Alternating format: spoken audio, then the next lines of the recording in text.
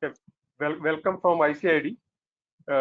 This is the webinar as a part of International Micro Irrigation Certificate course, which was organized by ICID in collaboration with Jain Irrigation, NetAFIM, and National Water Academy of Central Water Commission.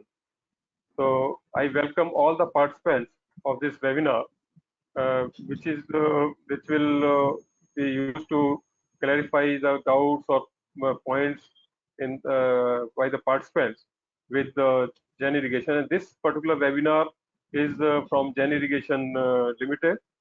I'll request Dr. Singh to introduce the speakers, and then Dr. Dilip Yevlikar can start his presentation. Dr. Singh. Yeah. Okay. Good afternoon, and the interaction webinar, first interaction webinar of micro irrigation certificate course, which is being organized by ICID in collaboration with Jain Irrigation Systems Limited, NetAFIM Irrigation Limited, National Water Academy of India. So I'm very pleased to welcome you all again. And this webinar is mainly for clearing the doubts of participants if they have any from the various presentations made by JISL faculty members.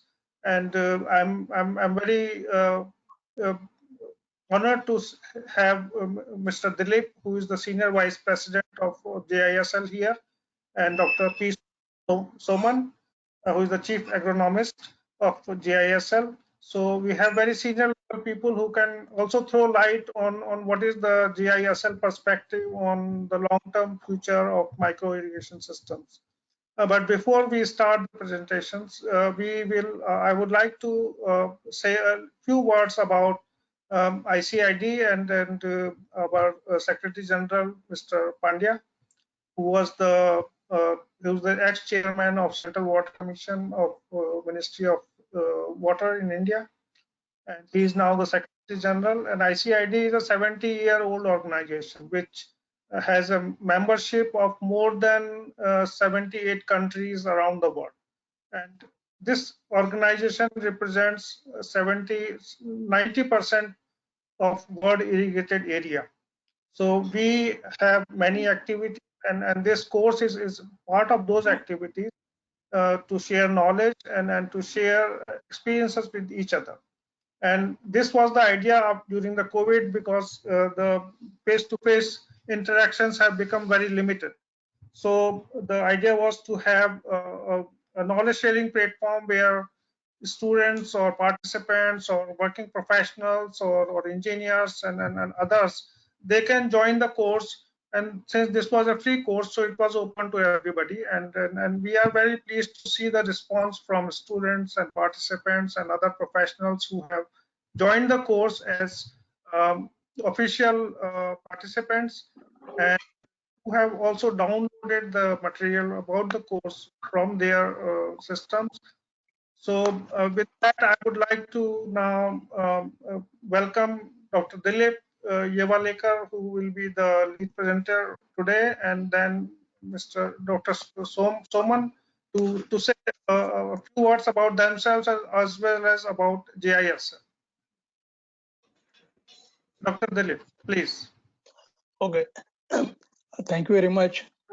We welcome all the participants for the course, for the seminar. And we have conducted around 6-7 topics under a micro irrigation certificate course. That is design engineering of drip system, then gravity system, then smallholder irrigation system, large scale, then sprinkler irrigation, then integrated approach. So all these course material already we supplied, and I think you have gone through that one. If you have any doubt, you can ask question on any topic from these courses. But just I want to make another presentation on resource to root. This is another presentation on generalized agriculture and irrigation. This is related to agriculture and irrigation. So I will go one by one. So this is my profile, and topics going to cover in this presentation is global review of water trace review water trace in India, particularly in India, resource to root, then various kinds of irrigation management, case studies about Jain irrigation, and short video on Jain corporate. Now, if we see the global, this World Economic Forum, water is ranked number 1, water crisis, and followed by other crises like weapon destruction, extreme weather condition, natural disaster, failure of climate changes, all these. As per the World Bank report, water is number 1 in the crisis. And it is said that a 3rd or 4th world war is going to happen because of water. So that means what is the importance of water? Every country, everybody is thinking about water, how to create water and how to utilize the water in proper way so that the yield and agriculture productivity can increase. Now the fresh water, how much water is available in the world? I think this is, everybody is aware about this slide. This only 3% water is available in the world. The rest of the water is in the sea. And this is water trace countries. In the graph, you can see red. India, most of the countries in Asia, Africa, and even in America, they are water trace. So India is having around 40 to 80% water trace. That means we don't have enough water for drinking as well as for agriculture and industry purpose. And with the limited water resources, we have to manage all our needs. Sorry, I lost my presentation.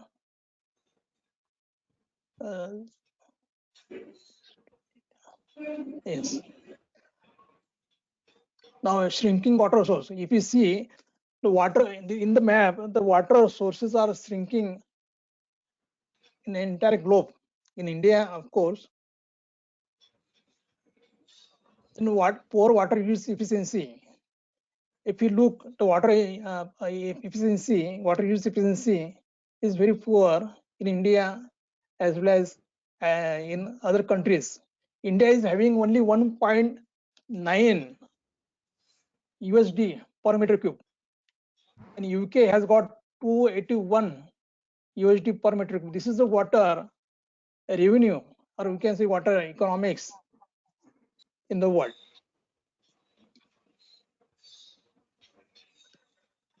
Then water is coming under sustainable development, SDG number 6. It is on the top priority list of this SDG sector. Let's see, the SDG, clean water and sanitation. So water for drinking, water for sanitation, water for agriculture, all this water. That means the importance of water is so much that it has come into 6th category. And if you see the national average per capita water availability is around declined by 70%. In 1951, the water per capita, available water per capita was 5,177 meter cube. And now in 2025, it will come to 1,340. That means this much water per capita is going to available in 2025. That means 70% decline of water. Then if you talk about India, the precipitation rate is also declining. Annual precipitation was around 4,000 millimeter, but now it has come to only 800. Then if you work out, if you status of average how much water is available, that means precipitation receive only 400 billion meter cube, and water resource store only 1,869. That means around 53% water just wasted from the rainwater fall, and total water available is only 1,023 billion meter cube, and current utilization only 710. Expected demand during 2025 is coming to 843 billion meter cube, and water demand by 2050 is going to reach 1,180. This is the report as per the Niti Aayog and CWC. That means this much shortage of water. There is a huge gap of water around 200 billion cubic meter. This is for India. And water demand, if you look at the water demand, in 2010, it was 710 billion meter cube, and it will reach to around 850 billion meter cube for 1.4 billion population. And 2050, it will reach to 1,180 meter cube, that is 1.6 billion. And water available is very less. And how the water is utilized under various sector.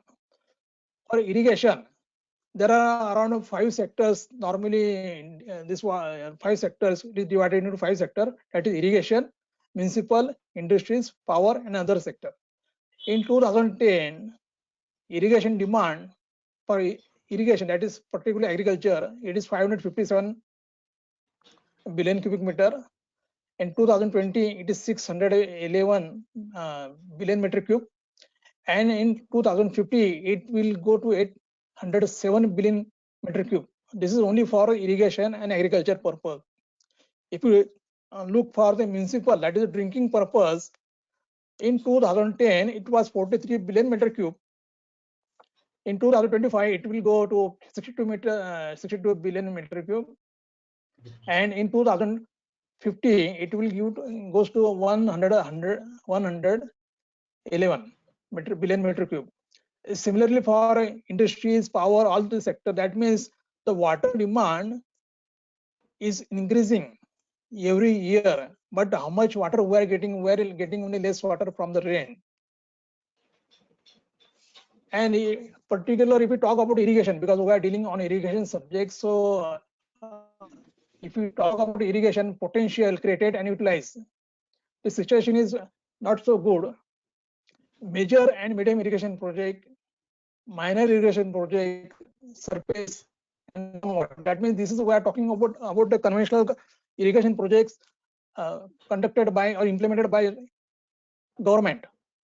Existing potential, that means at this moment, at present, there is a potential of 100 and total potential coming to 139 million hectare. This is for Indian condition, and potential to create 112 in the same quantity of water. That means this is the condition, that means this is the potential, we have to create double the capacity to meet the population's need. So that means water is very, very important for, that means conservation of water or utilization of water is very, very important from these figures. Then how we can conserve the water? Whatever rainfall we are getting in India or in our territory, and where to utilize that, where to store the water, and where to use this water very precisely through network, through drip irrigation or advanced irrigation network system. At present, the water is distributed to canals and by branch canal distributaries, and by construction dam and the main canal. So how the water they are being lost in this? If the government is constructing main canal, the branch canal distributaries, so 6% water lost in main canal. In branch canal, around 8%. In distributaries, 10%. In water courses, 20%. And through evaporation, 15%. So these are the losses happening in these conventional types of irrigation. Now, what to change from conventional type of irrigation to drip irrigation or sprinkler system so that the water can be used judiciously. Now that means, as per in the traditional way of irrigation. Yes. Someone wants to speak. Yeah. Yes. Okay. The point for stressing here is, by 2050, our grain production should almost double from what we have now. Okay. And we do now something like 62 million hectare or so irrigation potential available and utilized. Now the difficulty here is, if you want to increase grain production from current to double, the only way that can be done is by doubling the current irrigated area. The current irrigated area has to be doubled, something like something close to 139 to 144 million hectare. Now the question is, we already found from Yavlekar's presentation so far, we are almost using all the water available by 2025, all the water available for irrigation as well as other purposes. No more water will be available for us to double the irrigated area. The other method of increasing grain production is to increase more land area alone, whether it is irrigated or not. And that is not possible in the current situation in India. In the next 20 years or so, we may be able to increase the land area by only about 2 million hectare from the current. That is the maximum we can go.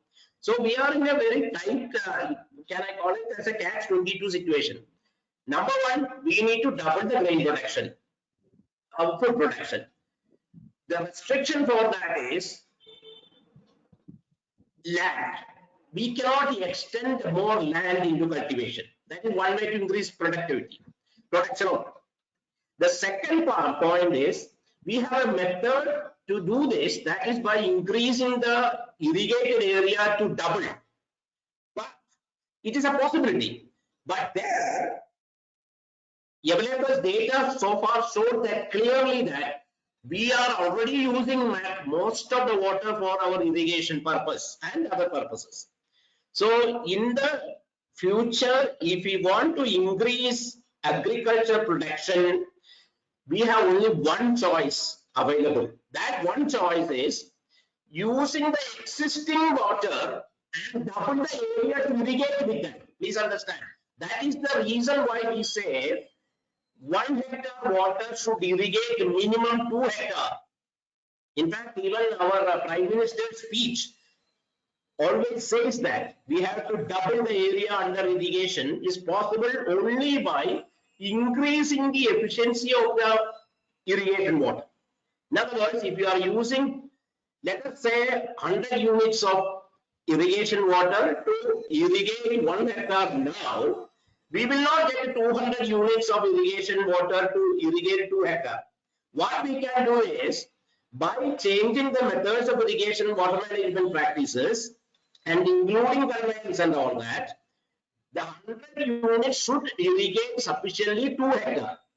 That is the only solution left with Indian agriculture, irrigated agriculture.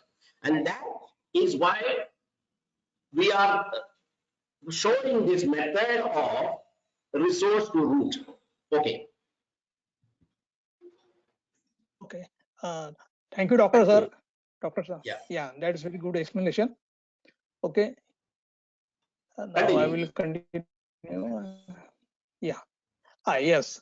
So what is important, if we, what Dr. Soman has said correctly, that means at present the farmer, they are irrigating land, not the crop. What we have to do, reverse. We have to irrigate the crop, not land. So in this slide, we can see how much water the farmer they applying to the crop. That means they are just wetting the soil and not the crop. So this concept we have to promote, we have to think, and we have to implement. Now the new terminology has come up, more crop per drop. That means, that means what earlier days we say we're talking about the water saving, but here we have to talk in different language. That is, as more crop per drop, as Prime Minister said, that in the less water we have to have the double yield or more, we have to increase the yield. That means more crop per drop. So in this, so the new terminology like that, irrigation efficiency, that means efficiency of irrigation should be increased. That is water utilized by the crop and water applied. Your slide has disappeared. Okay, is coming now. Can you see this? No. I don't know, something.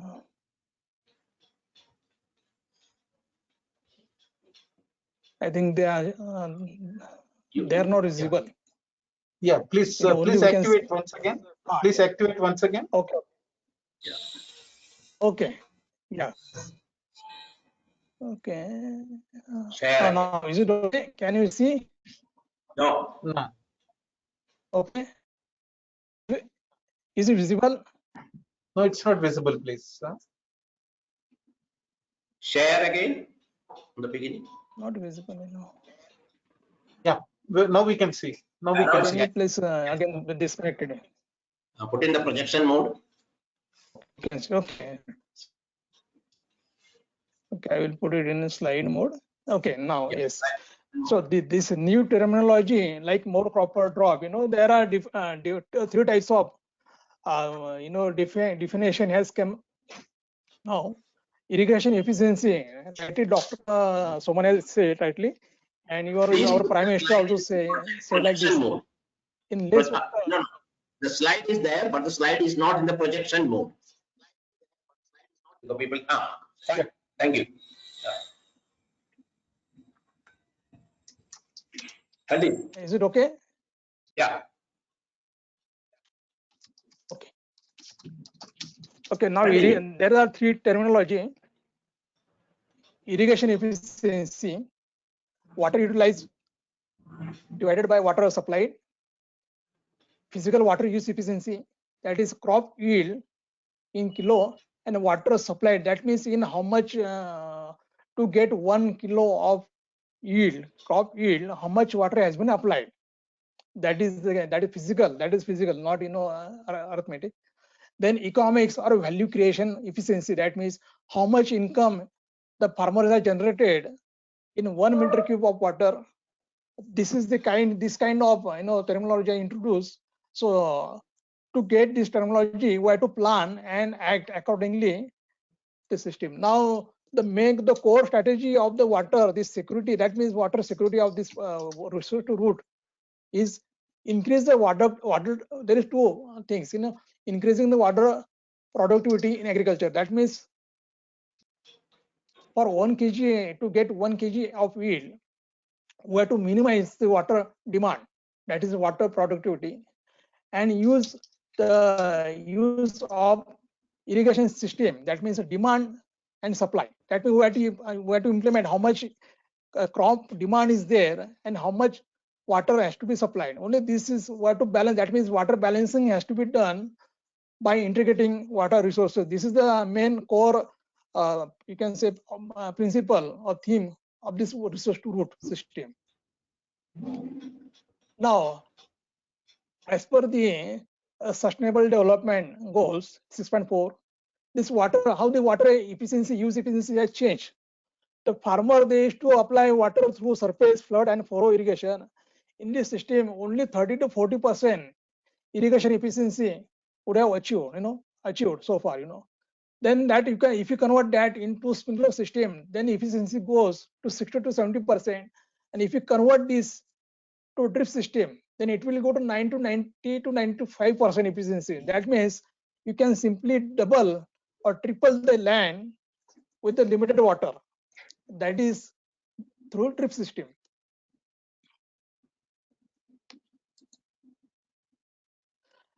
And how it is possible to achieve. So in this case, there are some comparative statements. A conventional irrigation system, that is surface, furrow, and flood irrigation versus drip irrigation. There are various crops are given: banana, grapes, sweet lime, pomegranate, tomato, watermelon, chili, sugarcane. So all the crop has been tried in India and in other countries, many places, and these are the results. Under drip irrigation, the yield results are already shown higher increase in yield.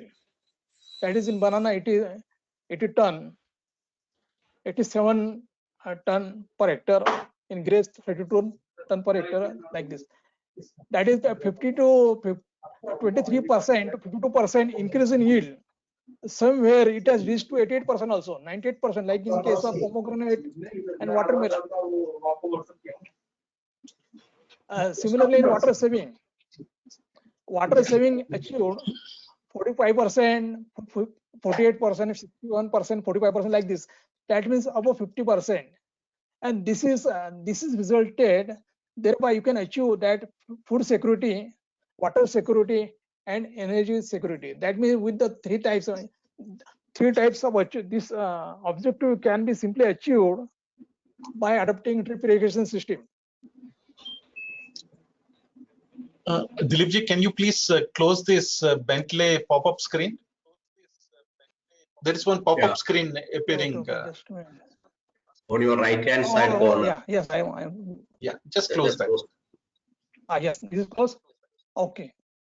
This will take. Now, for example, some of the crop. Okay. So some of the crops, like paddy is required taking a lot of water. If you see the area grow in India, around 9% area is under in other crops, and only 26% area under paddy. And water consumption by paddy, that is 259%. This much water has been consumed just by 50% water is consumed by paddy. That means the cropping pattern has to be changed. Or under drip system, the paddy can be grown. In this slide, you can see the paddy productivity. In India, to get 1 kilo of rice, around 3,393 liters water is required. Whereas in China, only 500 liters of water is required to get rice. I think Dr. Soman can focus more on paddy. He's the Dr. Soman. Can you please share your thoughts on rice irrigation? Yeah. See, basically what happens is that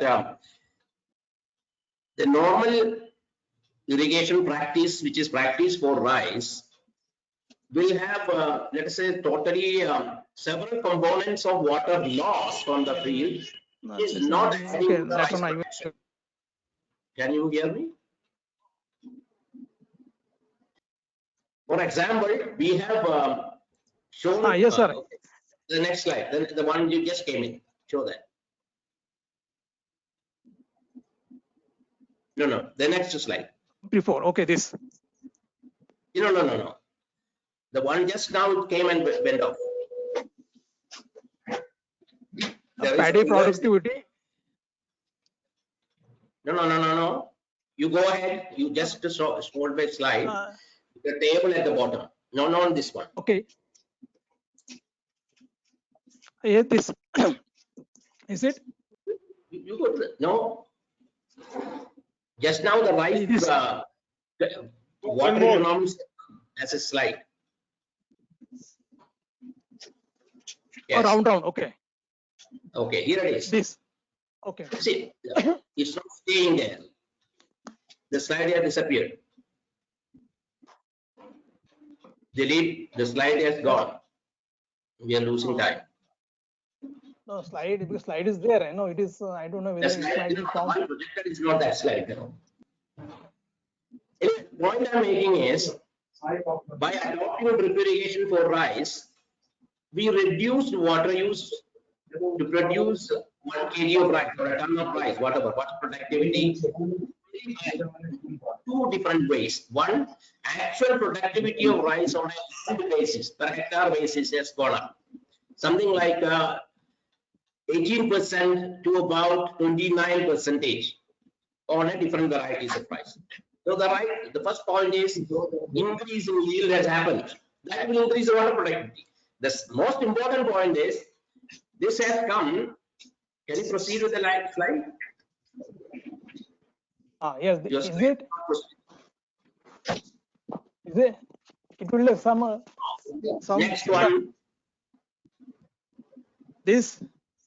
Next one. Next one. Yes. This. No, I'm not talking about the India-China comparison. This one, please hold it. So here what happens is rice drip. A kg of rice in the flood, when it takes about 3,300 or so liters of water, we are producing something like 1000 liters, the same 1 kg of rice. So please understand this.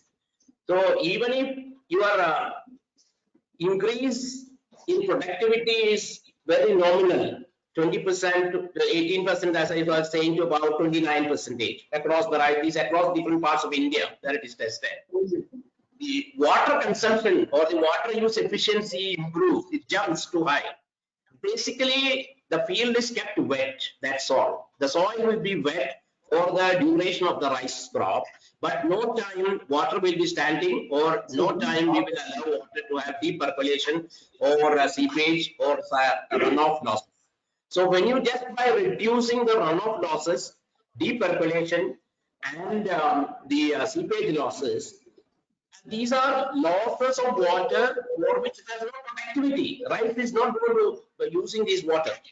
We are very close to the ETP, evapotranspiration of rice, and apply that water. That's what the principle we have used it, and it increases the rice productivity, and also it phenomenally increases rice water productivity. Now, this is a very impressive change.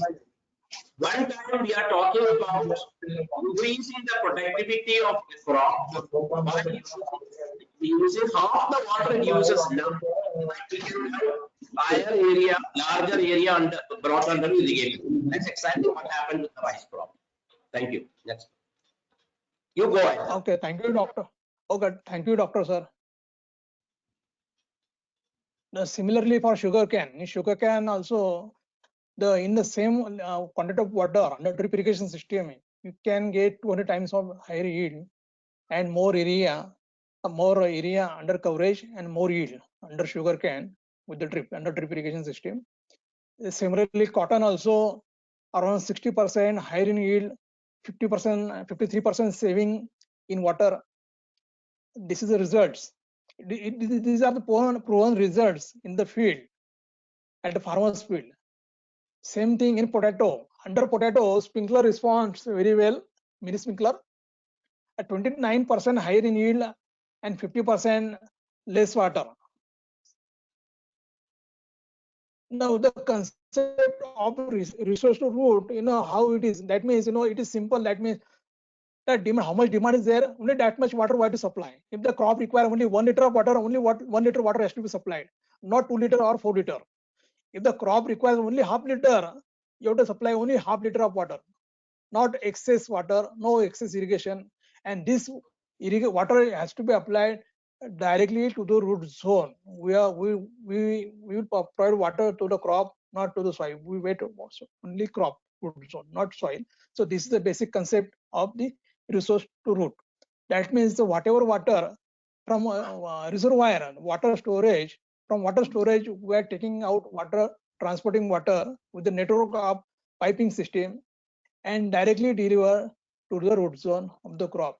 This is the basic concept of root zone. And he is our chairman, Bhaulal Jain. He is the person who has conceived this concept and made into practical at our R&D farm at Jain Hills. We adapted, that means we collected the water and we utilize this water for agriculture purpose. And there are various kinds of systems under resource to root system. That is, the water can be transported through pipeline network, then from the reservoir or a dam. Another is it can be connected to the existing canal system. That means the existing canal, whatever government has made so far, that can be converted into piping system, this closed canal system. And then further the water is transported to the network of the piping system. Then water storage tanks has to be made in the farm as per demand. And then after the water is delivered to the plant through drip or sprinkler. These are different types of kinds of system is possible. And with this, you can get more than 90% efficiency with this, as compared to conventional type of irrigation, that is canal and canal system, only 30 to 34% efficiency. Now some of the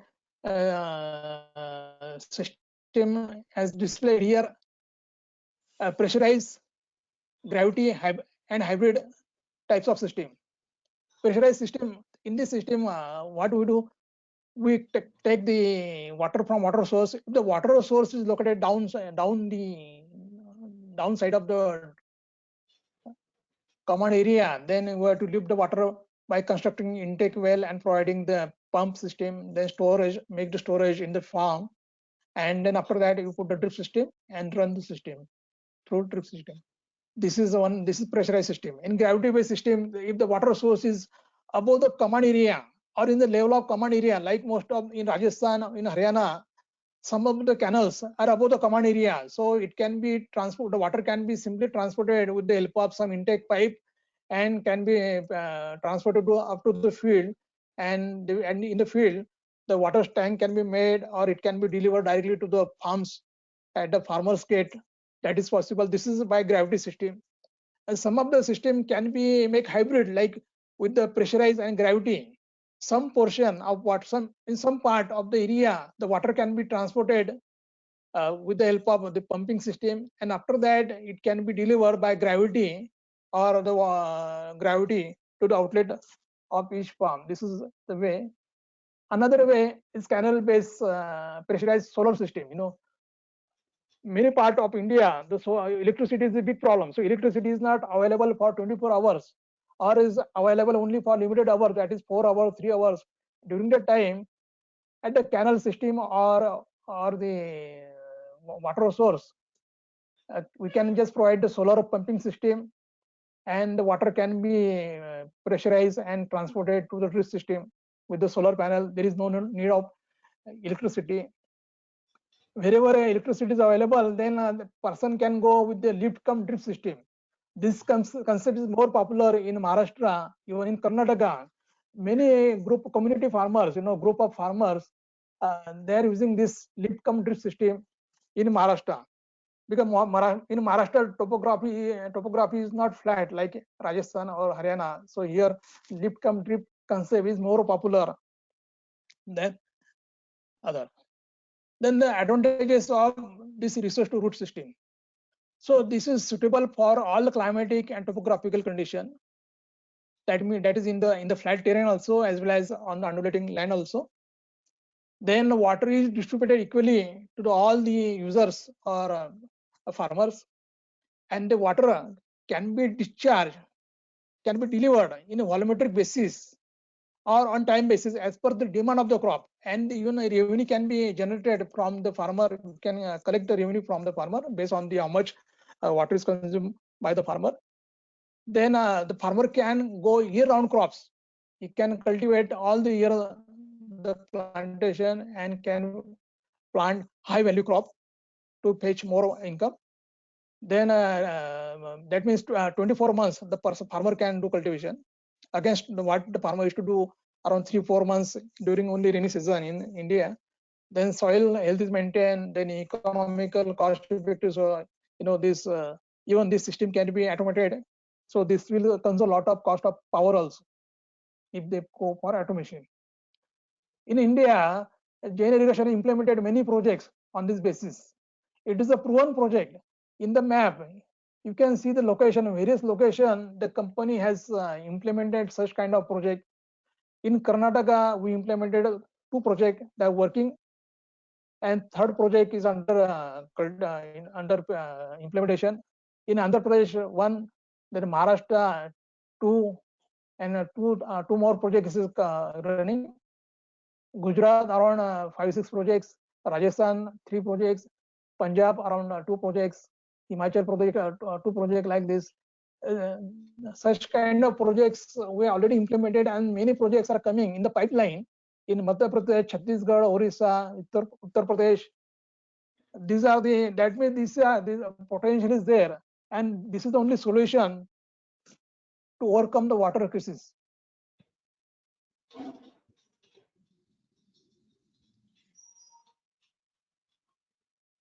Now this drip irrigation. Drip irrigation. Now talking about drip irrigation. What is drip irrigation? It is a dedicated water supply system to the crop. Dr. Dilip? Yes. Dr. Suman wants to say something. Yes. Before you just Okay, put yes, sir. that Welcome. Yes. the figure on the advantages. I just want to add on to it actually. One Yes. of the major thing in the Okay, practical can you see this? resource to root project which has happened, we are not only conducting water from the resource, that is the canal or the tank, to the field and then supplying with the drip or sprinkler. There are certain other things we are doing with them.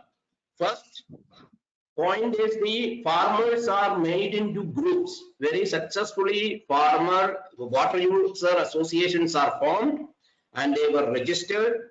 And the idea is that once the company's period of running the project ends, the farmer managed irrigation system will operate.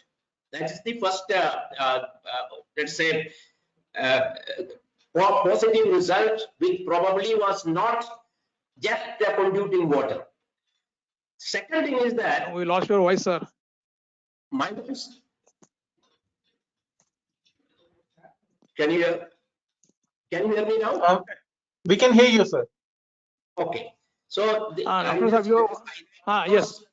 Based Yes, on we the can. projects which we have done, especially Ramdal, Shigao and all that, there are certain social issues. Similarly, certain other agricultural issues also happen, which gives a positive, high positivity to this project.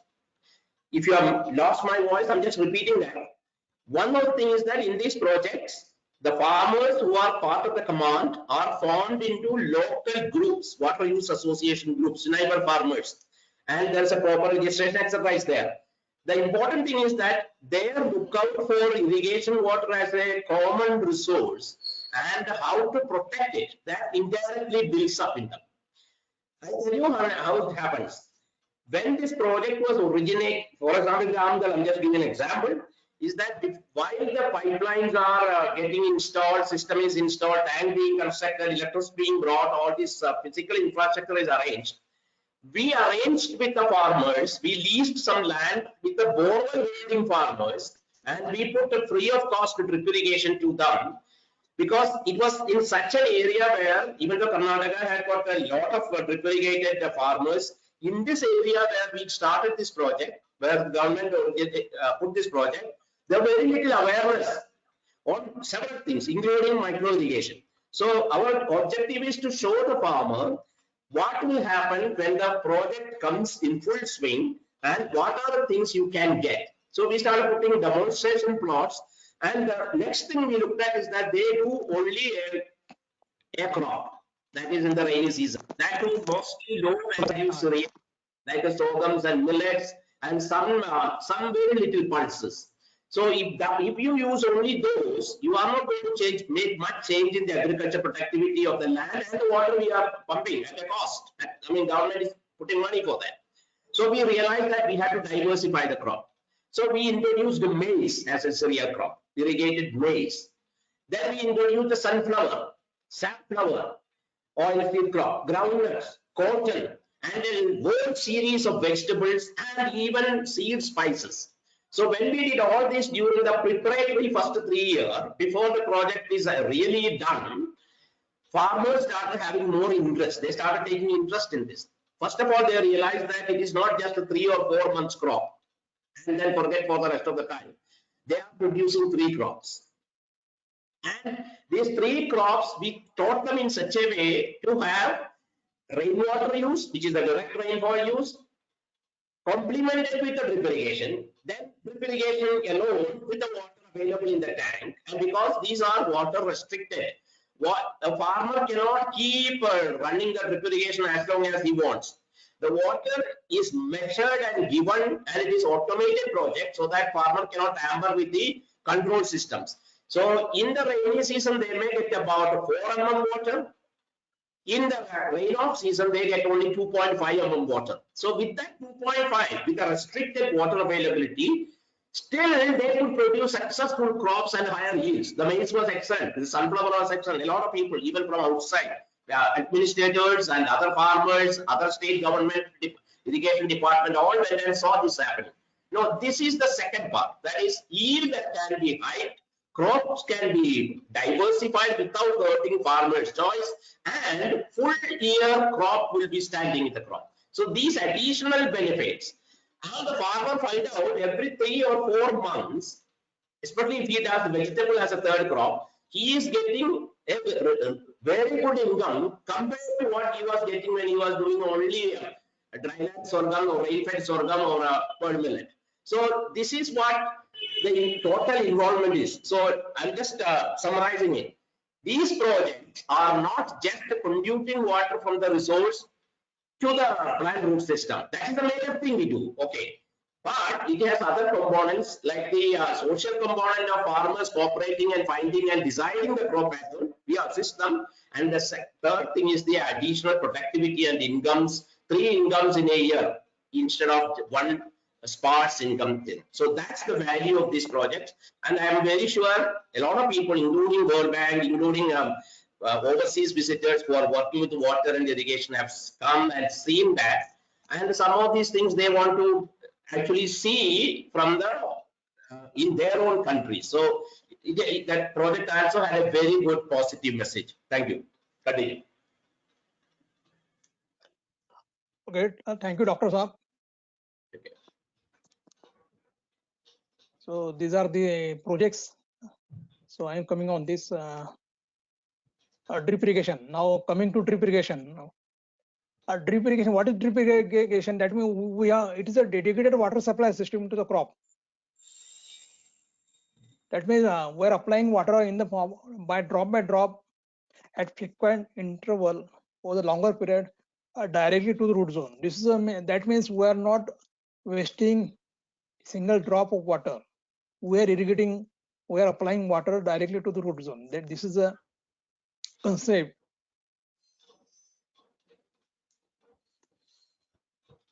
And the transformation, these under drip system, how the changes has been made for the same farmer. The same farmer used to do onion under furrow irrigation. You can see in the photograph. And after drip irrigation, you can see how it is irrigated in the growth, plant population, and this is a difference. This is a change. I want to add a point here. Yes, sir. Yeah.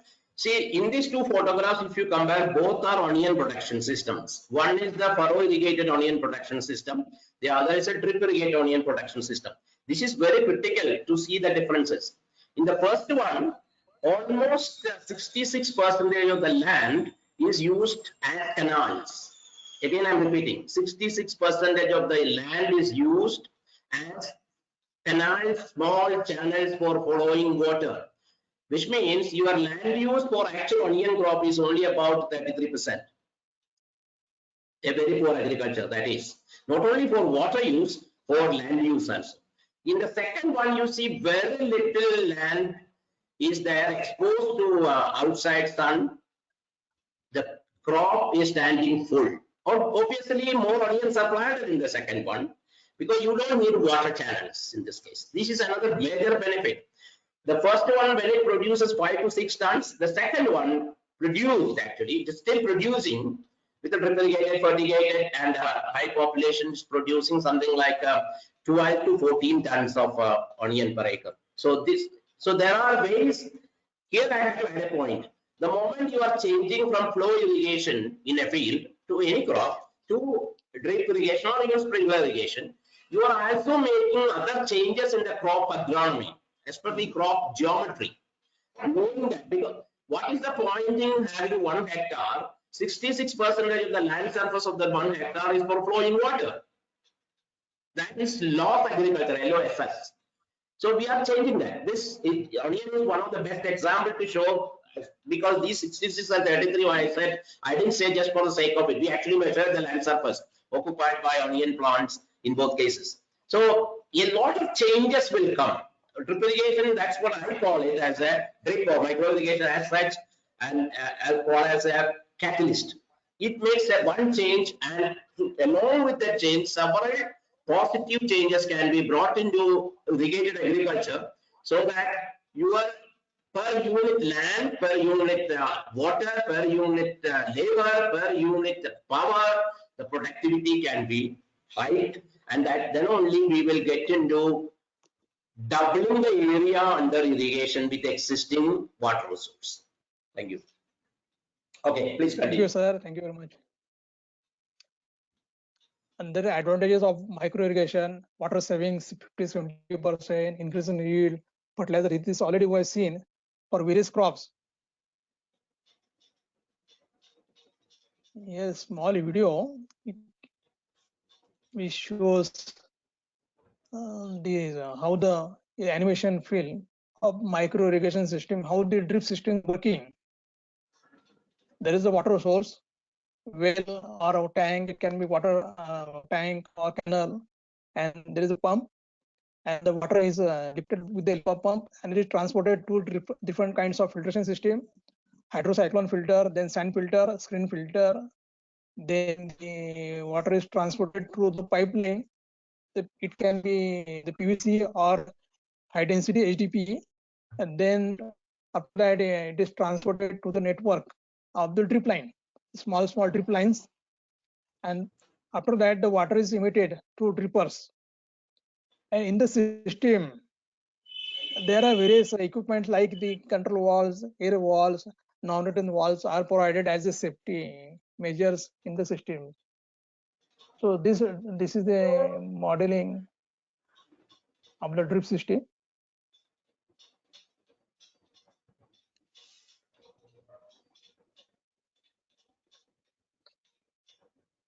See, water is directly delivering to the root system of the crop. That means only limited root zones or root zones are just wetted with the help of drip only. See, here only drop by drop water is delivered to the root zone of the crop.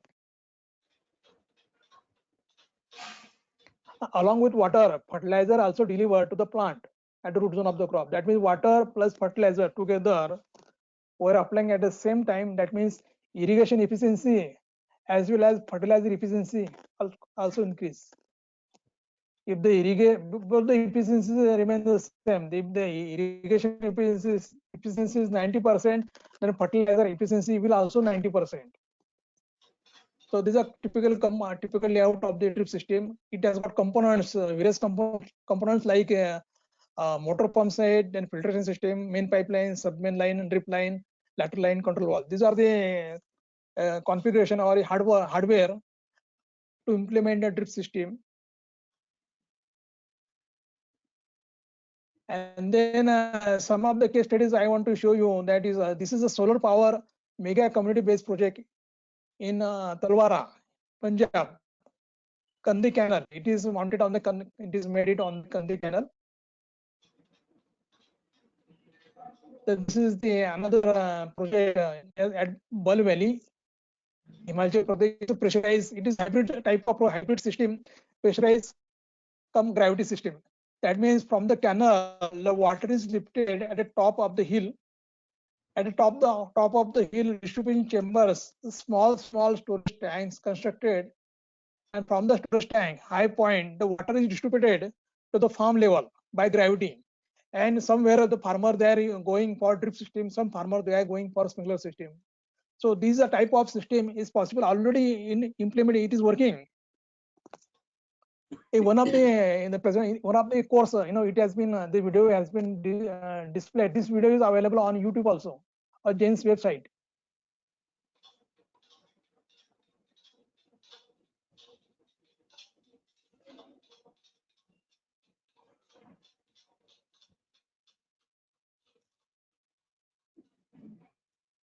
Karnataka. This project is for 9,900 hectare area.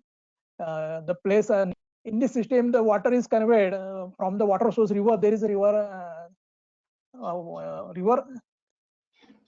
near to that site, and there is the intake canal is made, and intake structure is made, and from intake structure the water is conveyed with the help of pipeline, main pipeline, and stored in the water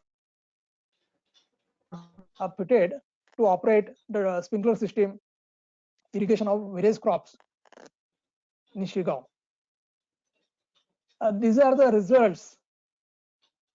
You can see results of irrigation system, the crop result under drip system. The crops are avla, then pomegranate, orange, cotton, then some vegetable, then soybeans, mango, cabbage, tobacco. Another crop, this is another result, rice. Then that is a baingan, that is eggplant. Then this is a tomato, the sugar cane, then onions, then cabbage, then this is cassava. These are the results of these are results from drip system. And the drip system, this you can connect with the automation. Yeah, doctor, do you want to speak something? You said many slides, but only one slide has come. That's why. Okay, slides are progressing. Okay, okay, because maybe network connection, it is going slowly. Then this time based, then you can introduce digitalization for the controlling of the irrigation and agriculture, like selection of the seed, soil monitoring, sensors, then weather station, and use satellite to know the cropping status with the help of satellite. Crop growth can be checked, then crop health, then water resources, irrigation management, everything can be checked through satellite data. Then the remote, this wireless system for controlling of irrigation and agriculture, that is various controllers are there available with us. Irrigation controller, fertilizer controller, then at the field level, we have got radio terminal units. I would like to add a point here. To the main controller, and from controller it goes to the server room, and from there you can control your entire. That means this control can be done through laptop, through mobile also, and through internet. These are the advancement. So this.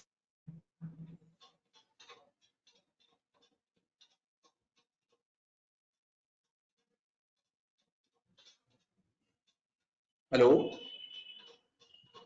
Hello. Dr. Sarma, you can go ahead. Crop, every day, all data can be recorded abroad.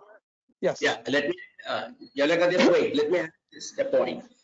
These are the models which Yes. Yavalekar is showing on the complete automation.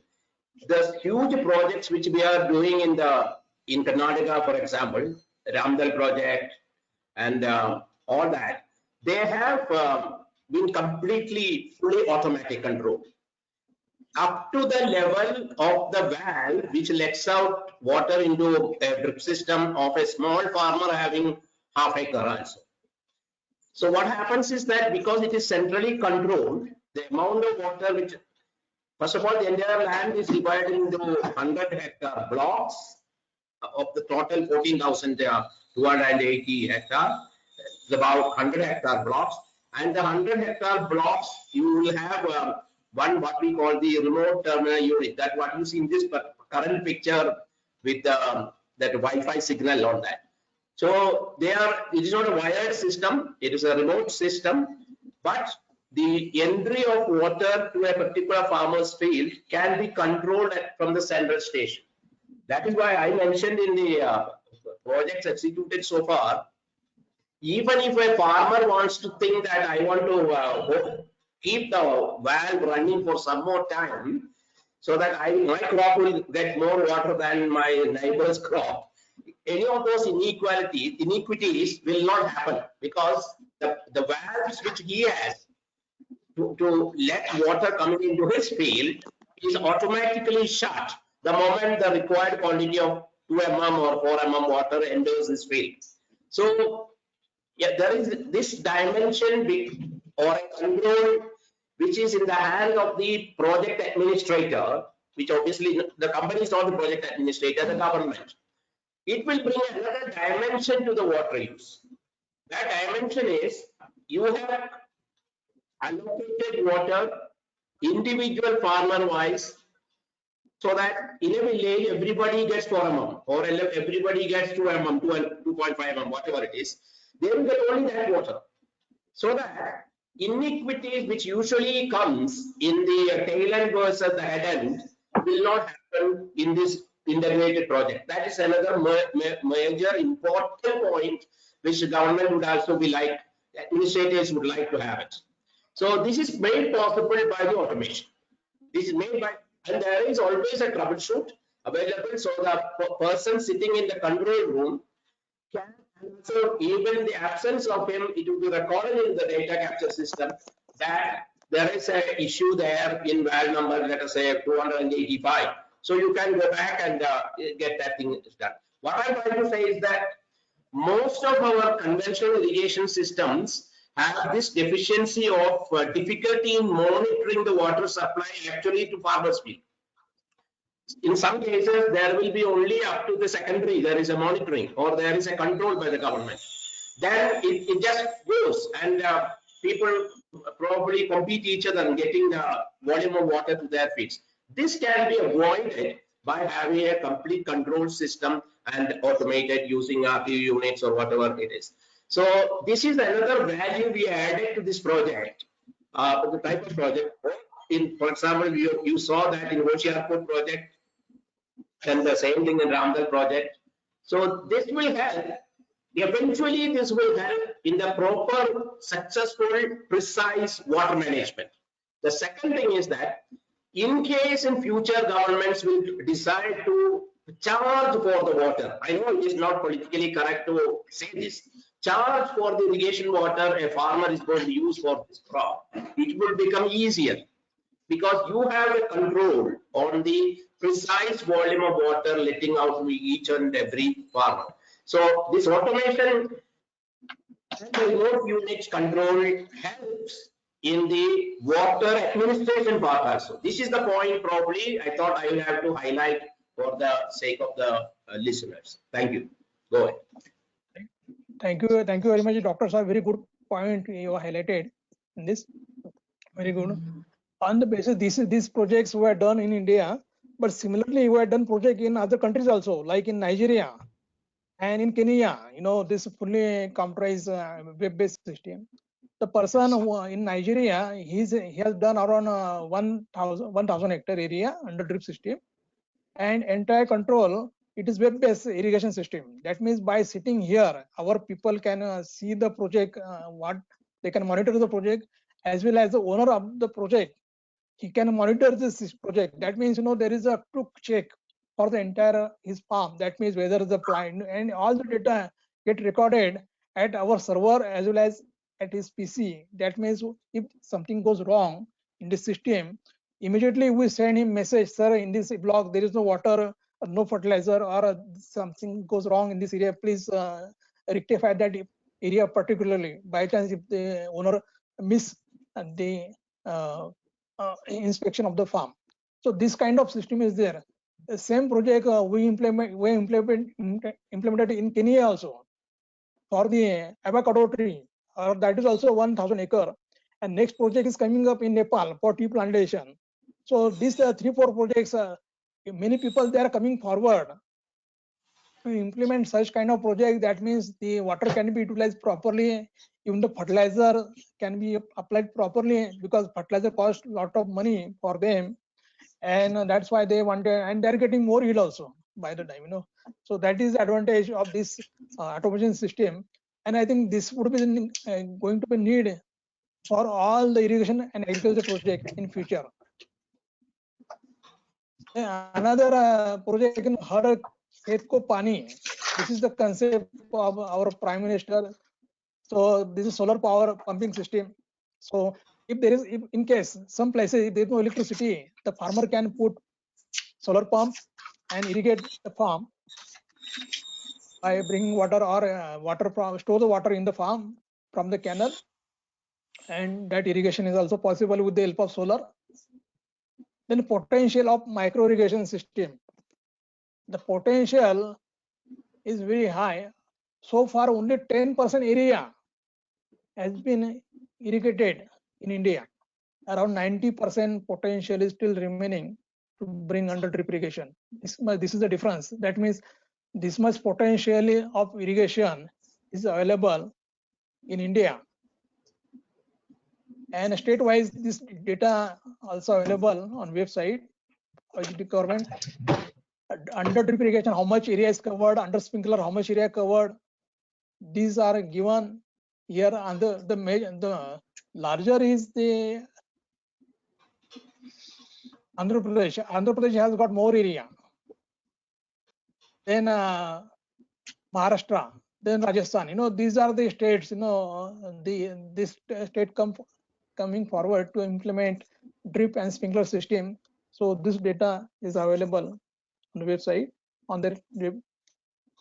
Then potential of the crop is potential for various state, like horticultural crop, sugar cane, pulses, oilseed.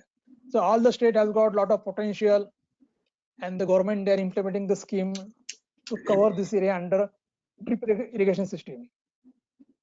Then this is a Kada project recently we completed in Haryana,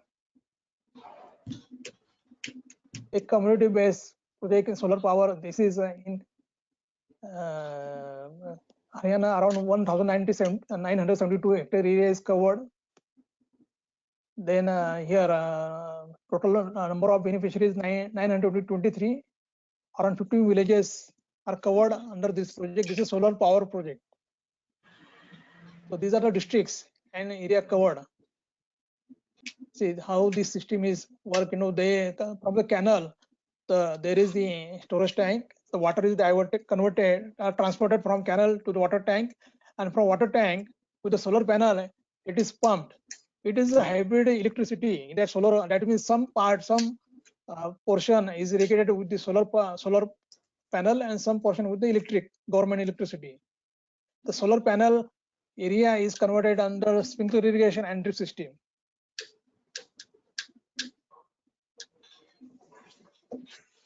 These are the projects of another site. The core approach, resource to root. This is a basic principle to implement the project. And demand, the system has to be made like demand based. Whatever demand is there, only that much water has to be supplied. And now this is up to here. It is the resource to root. Presentation is over. Now I will talk about Jain irrigation. This is the Jain irrigation factory. Aerial view. The factory is located at Jalgaon.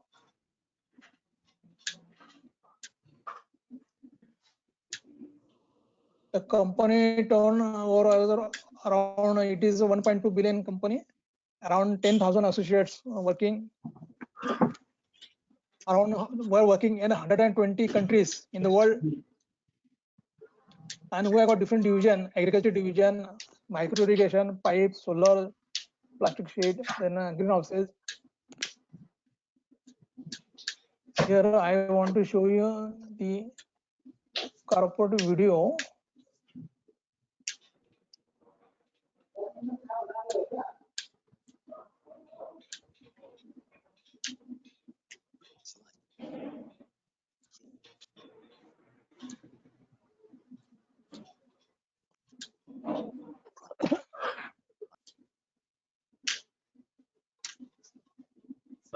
The audio in that video is not coming on.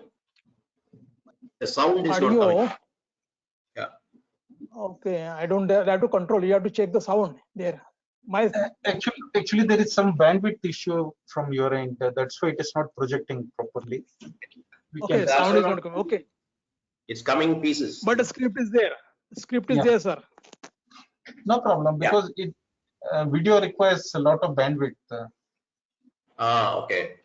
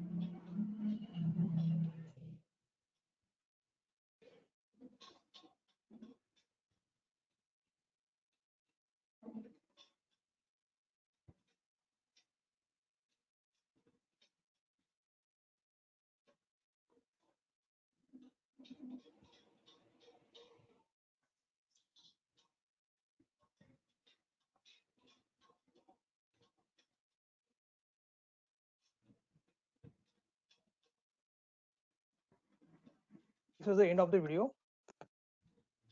So Jain Irrigation is the one top agriculture shop. So we provide all kind of services from scratch to the it. It includes survey, design, supply of material, installation, services, agriculture services, then monitoring. Then this is in general.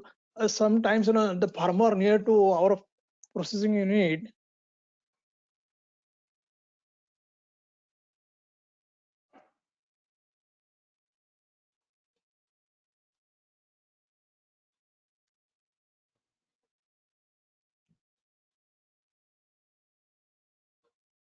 Banana and we process it and we export.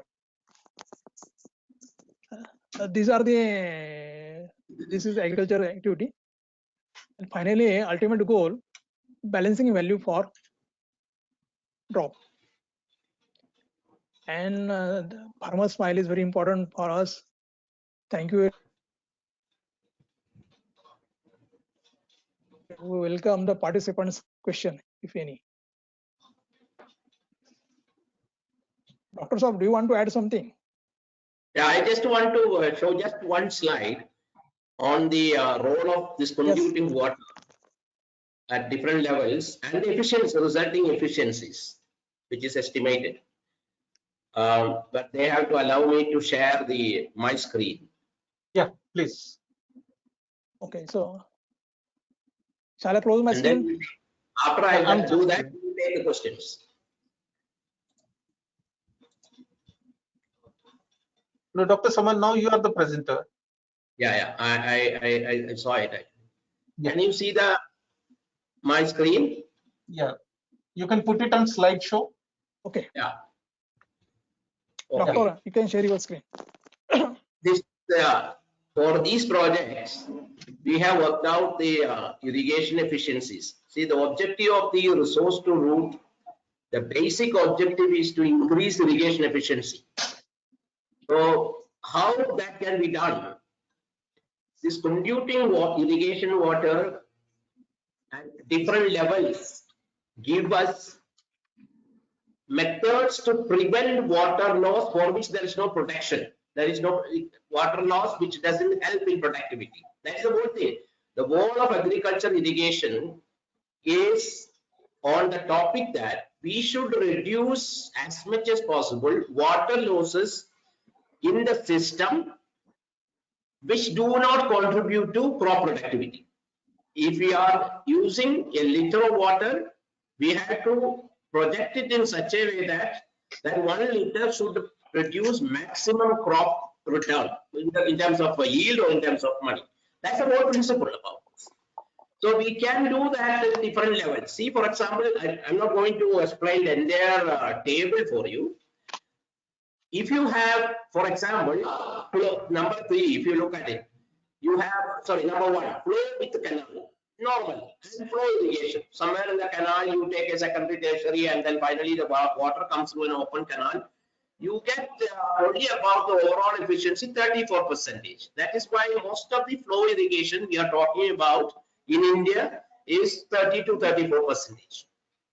In other words, from 100 liter water, you get only protection related water use only 34 liter. The rest goes waste. Is indeed a waste.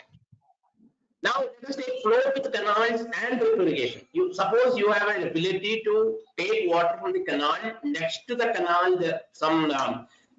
you create a water body, a water tank, and from that water tank you are already conducting water through the drip line, main line, sub-main, and then the drip irrigation. You have increased the overall efficiency.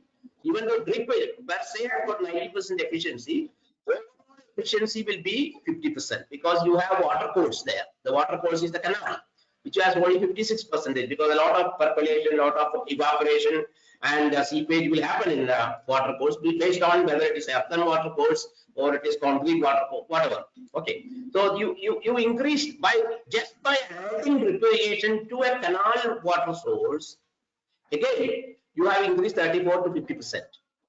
So that is slightly better situation. Now you go down, sprinkler also I have calculated like that. Up to, then you go down to dam to the field pipe and sprinkler. This is the ultimate. You have a huge dam.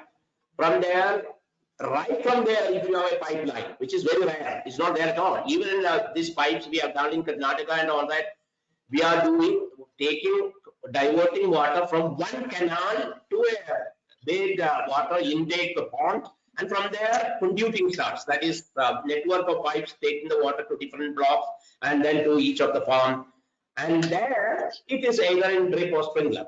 So even there we do not have right from the dam to pipeline at all. No, but that what we have done from a canal to a water source creation, an artificial pool of water. From there you take by thing, that itself is a progress. So if you do that up to the main canal and then from there to pipe network into the distribution field, that's the green color here, and then go to drain, you have increased to 74% the water insufficiency. That is the irrigation efficiency here has got to 74%. Now, suppose we may go for instead of larger dams in future in India, we go for medium size or less smaller dams or localized distribution systems. There, right from the dam, you have a pipe situation, and then either sprinkler will give you 71%, and then field pipe, dam to field pipe network and drip will give you 86%. So there are different ways of doing this.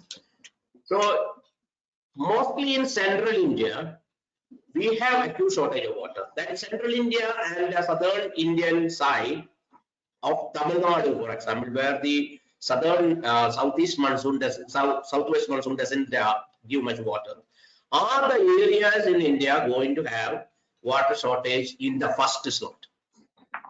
And because of these regionalized governments, administrations have to act fast. So probably some of these ideas they have to take them. Karnataka probably has provided the first lead in India to show how a project can be visualized of this type and how this can be implemented and how the farmers can be trained, capacity built, and farmers can be brought into cooperatives, and then the total overall in charge, they will become the water managers for their own community. This is the thing. When that comes, the responsibility shifts from the engineering department to the actual user. So this is what probably our country is going to end up in the future. It's I would say it's not the distant future, immediate future. So this is the case of increasing this. There is no other way you can increase irrigation efficiency unless you cut down the water losses which do not result in the crop productivity. Thank you. I finished.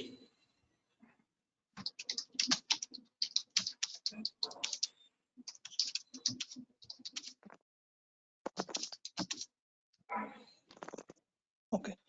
Sir, please. Yes, we welcome the questions, if any, from the participants. Yeah.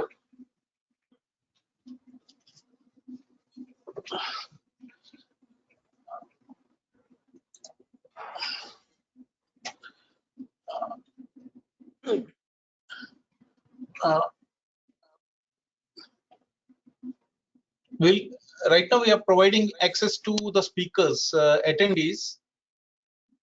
Yes. Okay. Dr. Yeah, I Sir, can you close start your with the question. Yeah, you can take off my slide, take off my sharing. Okay, 1 minute. Okay.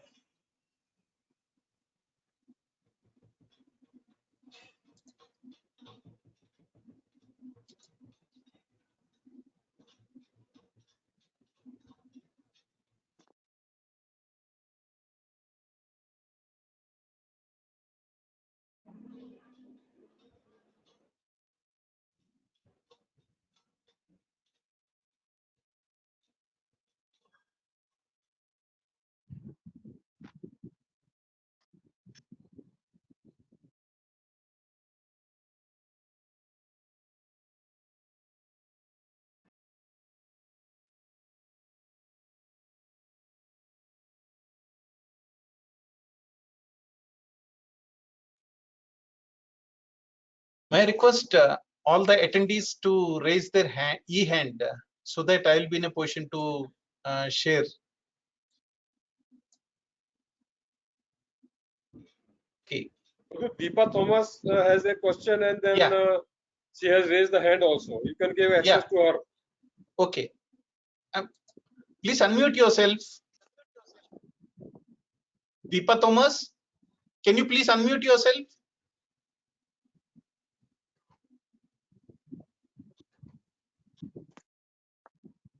Taguta, can you please unmute yourself and speak?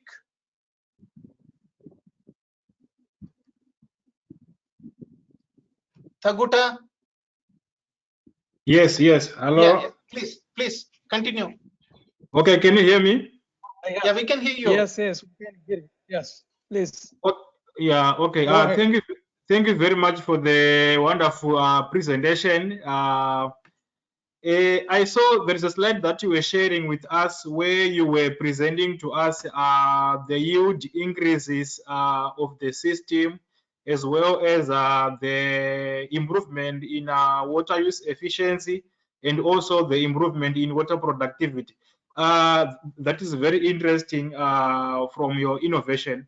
I wanted to ask, what about the energy use efficiency? Was there any improvement in the use of energy when you compare your this resource to root system with the conventional system of irrigation practices?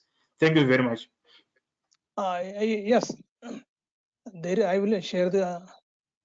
I will show the slide.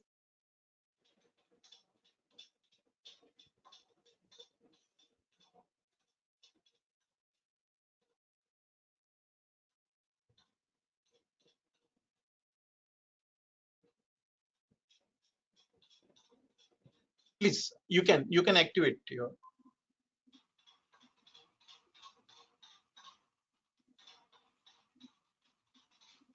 You have to accept your. You say share your screen. That one. Share your screen. Share your screen.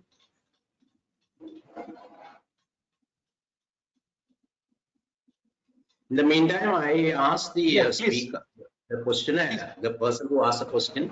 The second part of the question I couldn't hear properly. He mentioned about some crops being shown high yield. I understand that. And Yes. what are you? Okay. Can you see the screen?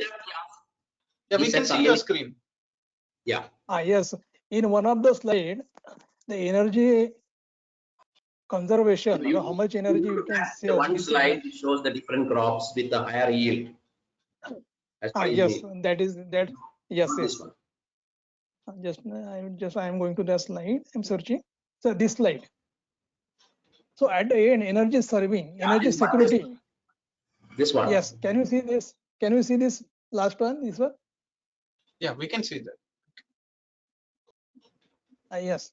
So in this is the here we can with the help of the person who asked the question. No, what I understand from him, because we have shown him the increase in yield and drip system and water saving.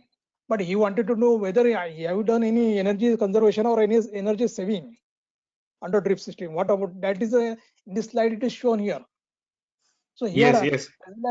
whatever the energy water use, that is the energy security. This is that is the energy savings here for this. The water saving is equal to energy saving. That means if the water saving is 40%, 50%, then energy saving will also 40-50%.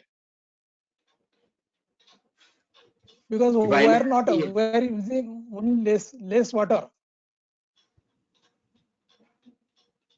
Okay. Thank you very much. It's clear now. Thank you. Yes. Yeah. Thank you. Deepa Thomas, can you please unmute yourself?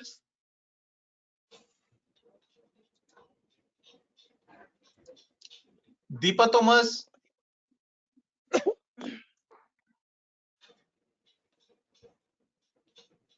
Deepa Thomas has asked the question, what are precautions we should take when we adopt drip irrigation in saline area?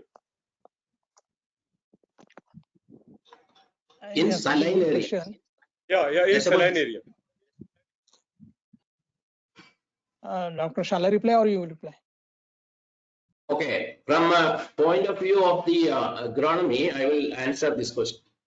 Now, then for the system also I will explain.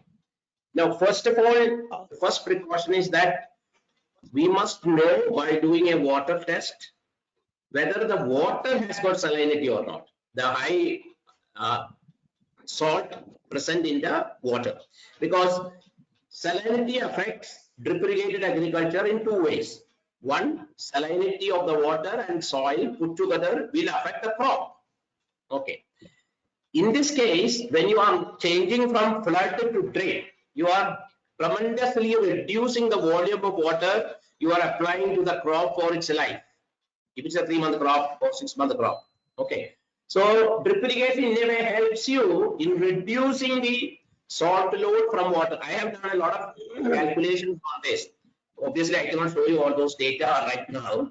The time will not permit. I have done it actually. So when the water has salinity and that water lands in a hectare land, how much salinity is added, which is proportional to the volume you are applying.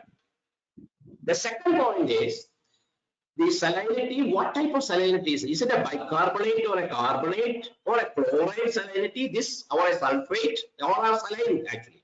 When we say saline, there are a lot of factors.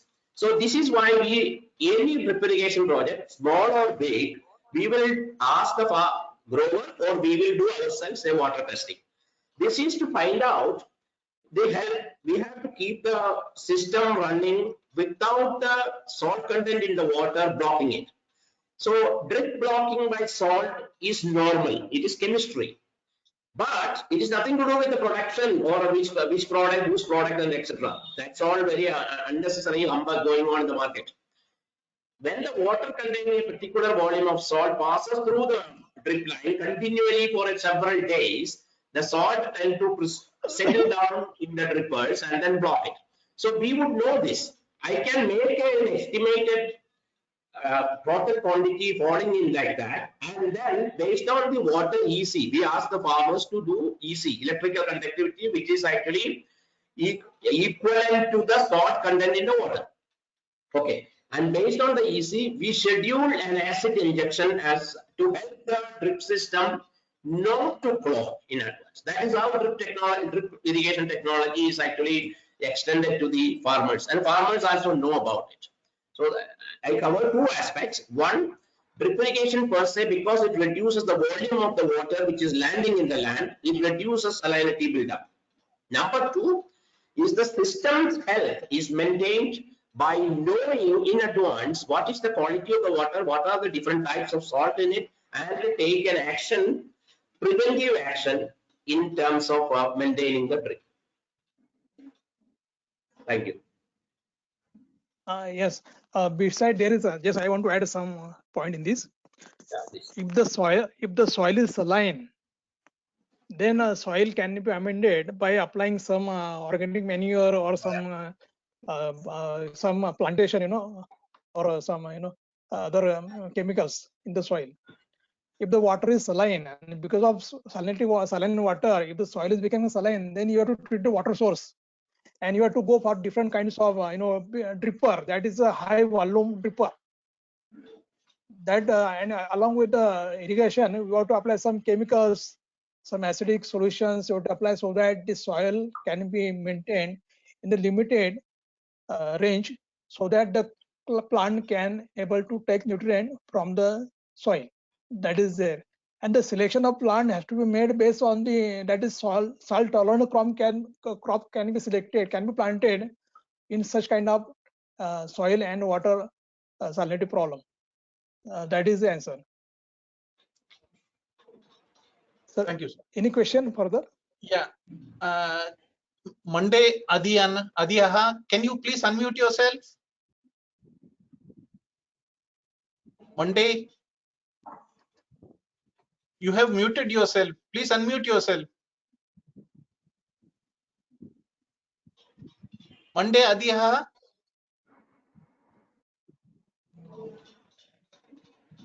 Actually, she has just clarification that why when we are saying 3% water is available, so what is the meaning? That is basically the out of the total 100% water, 3% is fresh water, rest is the saline water. That is a clarification. Yes. Okay, that is the question. Yes, you're right. And then there are no more questions, and it is already almost quarter to 2 hours. So if there are no questions, then we can close it. Dr. Singh. Okay. So I would like to thank Dr. Dilip Yavalekar and Dr. P. Sonam, my colleagues from JISL, for very nice and very comprehensive presentation on micro irrigation systems.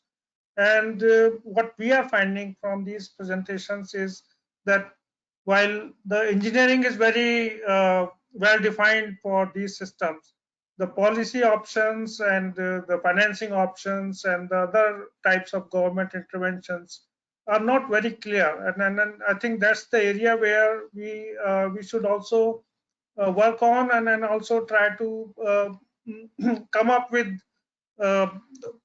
complete solutions, like how do you formulate the policy, how do you design financing schemes, and how do you improve the capacity of farmers and farming communities to adopt these new technologies, both in terms of knowledge, in terms of other aspects, so that they are empowered to use these technologies, which are clearly very climate friendly, which are very clearly economically, and they can also be increase in farmers' income, which is very much desired in all developing countries, including India.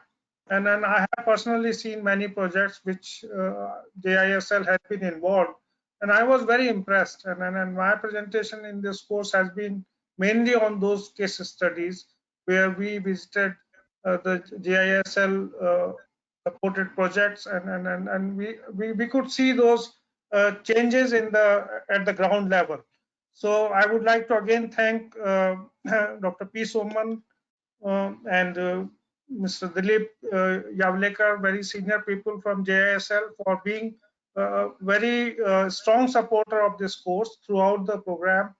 And it was a very long program due to this COVID outbreak and the way it has impacted all the activities that we are all trying to do.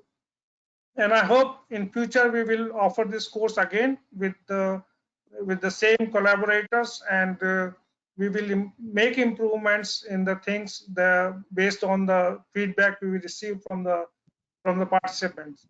But once again, thank you very much for your presentations, your sharing of knowledge, and your guidance to the participants, as well as to many of us in the field.